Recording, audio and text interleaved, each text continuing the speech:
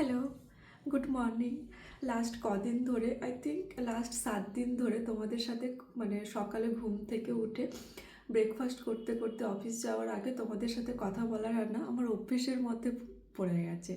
তাই আজকেও রেডি হয়ে যখন ব্রেকফাস্ট করছিলাম আমি নিজে থেকেই আমার হাত চলে গেছে ক্যামেরা অন করার দিকে।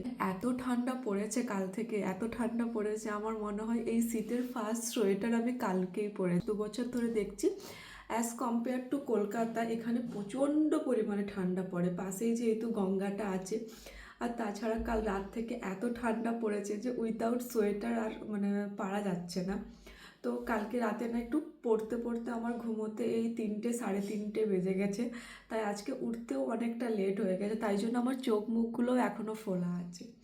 তো তাই জন্য ব্রেকফাস্টে ওরকম কোনো কিছুই বানাতে পারিনি, জাস্ট এই যে ছাতু করেছি আর হরলিক্স নিয়ে নিয়েছি, যেটা আমি অফিসেই খেয়ে নেবো।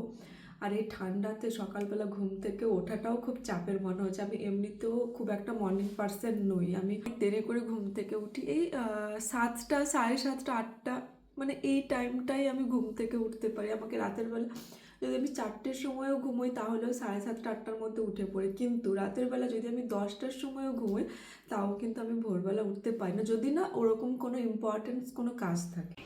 তো এখানে আমি রেডি হয়ে বেরিয়ে যাচ্ছি। এতটা পরিমাণে ঠান্ডা পড়ছে, এতটা পরিমাণে ঠান্ডা পড়েছে, আই কান্ট এক্সপ্লেন যে কী পরিমাণে ঠান্ডাটা এখানে আমার পড়েছে আজকে। কেন জানি না আজকে আমার প্রচণ্ড পরিমাণে ঠান্ডা লাগছে।